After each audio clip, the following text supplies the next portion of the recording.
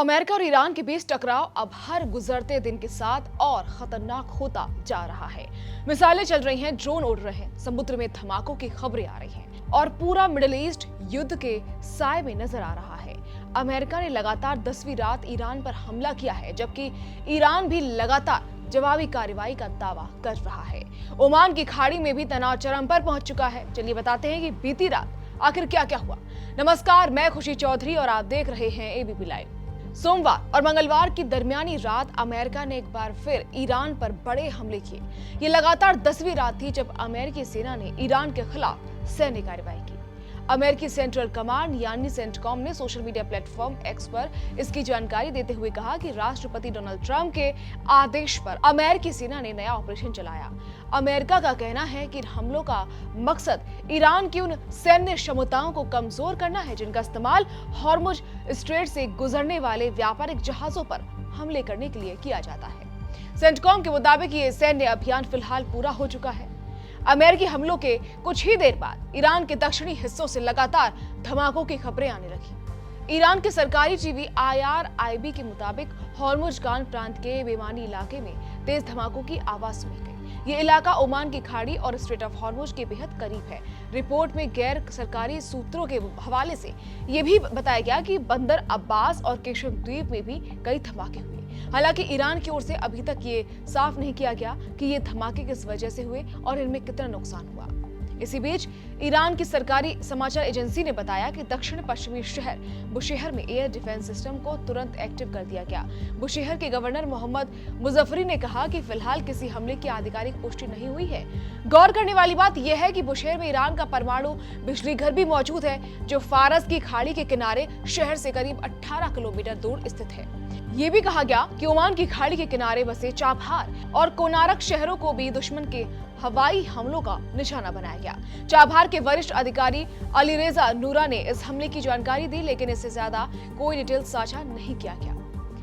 उधर समुद्र में भी तनाव लगातार बढ़ता जा रहा है। मंगलवार 21 जुलाई को एक ब्रिटिश समुद्री एजेंसी ने जानकारी दी कि ओमान के तट के पास एक तेल टैंकर पर किसी अज्ञात प्रोजेक्टाइल यानी मिसाइल या ड्रोन से हमला किया गया।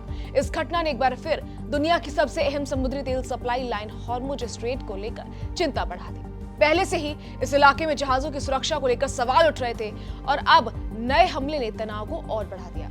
इसी बीच ईरान ने एक और बड़ा दावा किया। ईरानी सेना का कहना है कि उसने मंगलवार सुबह कुवैत में मौजूद अमेरिका के अरबिजान सैन्य अड्डे पर मिसाइल हमला किया। ईरान का दावा है कि उसने वहां तैनात अमेरिकी सेना के हाइमार्स मिसाइल सिस्टम को जमीन से जमीन पर मार करने वाली मिसाइलों से निशाना बनाया।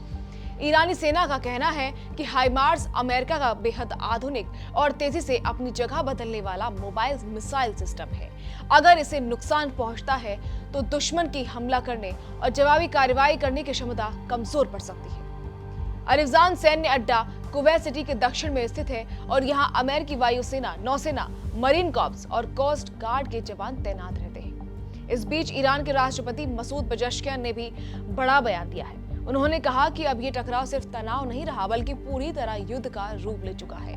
दूसरी तरफ अमेरिकी राष्ट्रपति डोनाल्ड ट्रंप ने भी ईरान को सख्त चेतावनी दी। ट्रंप ने कहा कि ईरानी हमलों में मारे गए हर अमेरिकी सैनिक की कीमत ईरान को कई गुना ज्यादा चुकानी पड़ेगी। उन्होंने साफ संकेत दिया कि अगर अमेरिकी सैनिकों को निशाना बनाया गया तो जवाब पहले से कहीं ज्यादा बड़ा होगा।